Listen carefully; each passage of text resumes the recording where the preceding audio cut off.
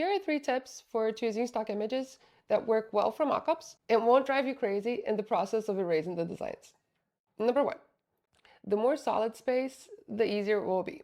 To erase a design, we're going to sample from the object's background, so a busy all-over print will be a lot harder than a more subtle one. Even better if the design has a clear area around it. Number 2, flatter and structured surfaces will be a lot easier to erase than softy, drapey materials with lots of fold. This is mostly because we have to consider the shading, and it can be tricky with a lot of variation. Number 3, consider what type of design you want to use as a replacement. Placing an all-over pattern will be easier than a smaller graphic because the all-over pattern tends to cover a lot of the imperfections. So basically try to replace the area you're removing with something bigger. Having said that, let's get to work. So I got this photo from Unsplash, and this is great because all this white space around the graphic will make it super easy to remove. Also, there's no hair going across, no necklaces, not too many folds on your shirt. So I'm gonna grab the remove tool from the retouching tools here on the side menu. And if you have a different tool appear on this spot, just click and hold it for a second and all the other hidden tools will appear. Now I'm just gonna draw a circle around the area I wanna remove.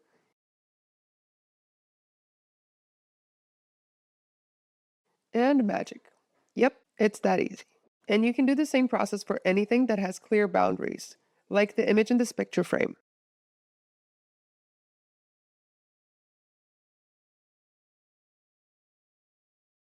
For something like this one, we have to add an extra step. So here I'm going to use the clone stamp tool. The clone stamp tool copies the pixels from one area to another. So when you have this tool selected, put the cursor over the spot you want to copy and hold the Option key. Notice that it changes into this target looking symbol. So I want to copy this blank area with the frame into this area with the artwork. So I'm going to hold the Option key and click over here. See how it samples the spot that I clicked? Well, now I'm going to place it where I want to copy it to and click again. The thing to note here is that the distance between the spot you sampled and where you're copying to stays the same. So you have to resample the area a few times as you go.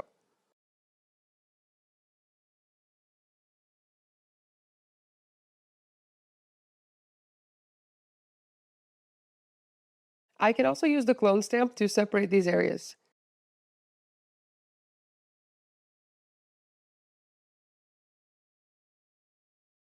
And then I can go back to the remove tool and get rid of it.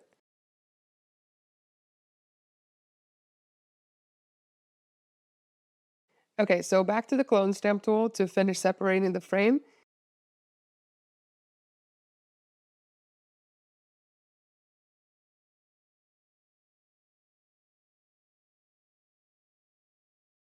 And the remove tool to make the area blank.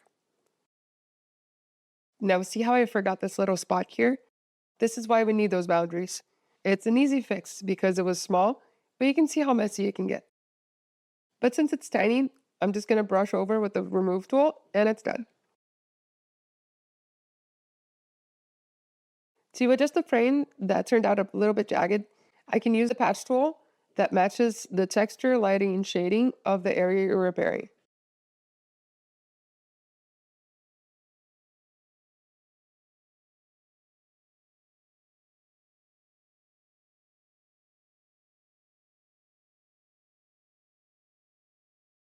Then just do the same on the other side and you'll have a blank frame. One more example. Let's make her polka dot shirt into a blank shirt. I'm going to start off by selecting her entire shirt with the quick selection tool, making sure I'm not grabbing anything else,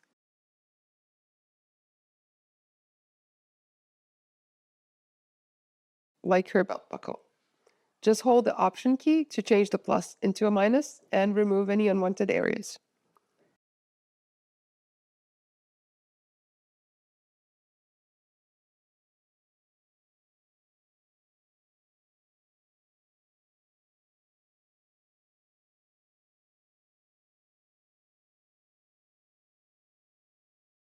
Now I'm going to hit Command J to duplicate the section into a new layer. With the new layer selected, I'm going to remove the color in Desaturate. I'm going to hide the original layer for a second, then go to Select, Color Range. When the menu pops up, here on the dropdown, I'm going to select Shadows because the polka dots I want to remove are black. If I were removing white polka dots on the black shirt, I would select Highlights. In this window, you can see exactly what's being selected. If I drag the slider all the way up, you can see that I'm also grabbing a lot of the shadows on her blouse, which is not what I want. So this is going to depend on your image. Play around with these until you get just the dots.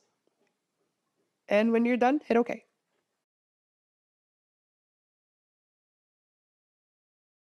So I grabbed a little bit of the shadow here, and with my selection tool, I'm going to hold Option and deselect, just like I did before.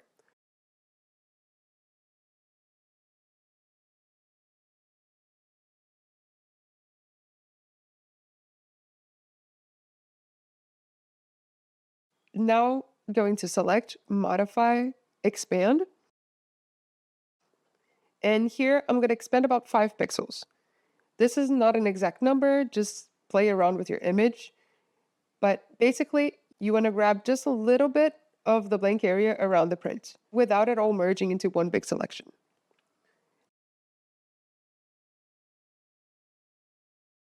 Now go to Edit, Fill, and in Contents, select Content Aware Fill.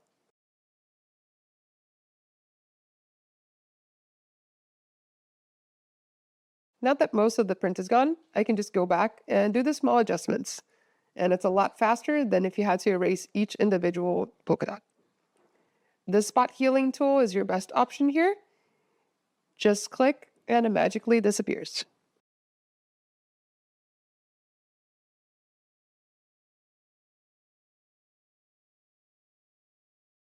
Just make sure you don't go over the edge of the image.